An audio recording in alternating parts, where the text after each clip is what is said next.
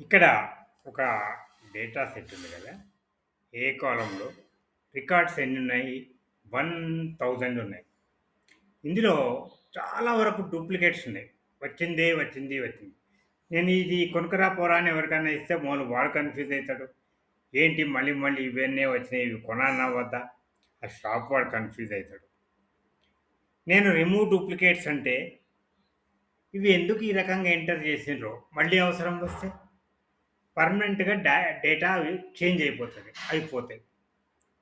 ఈ విషయంలో ఓకే గానీ, కొన్నిసార్లు అట్లా ఒరిజినల్ డేటా పోవడం అనేది కరెక్ట్ కాదు. చేయకూడదు.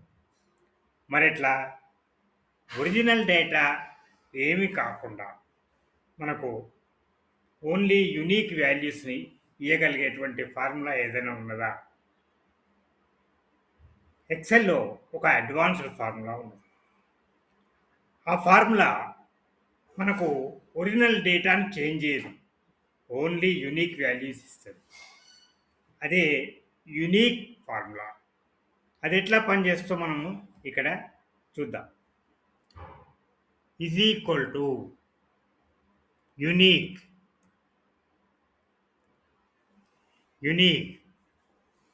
బ్రాకెట్ ఓపెన్ డేటా ఎక్కడి నుంచి ఎక్కడి వరకు ఉన్నది? A2 నుంచి మనకు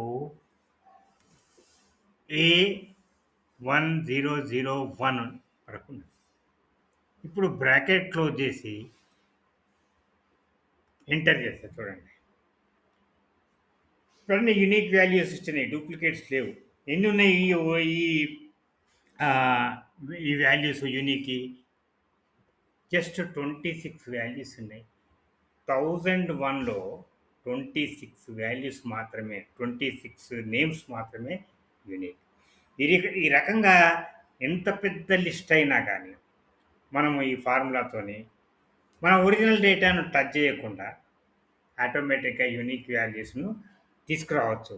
ఇది అడ్వాన్స్డ్ ఫార్ములా ఎక్సెల్ 2021 అండ్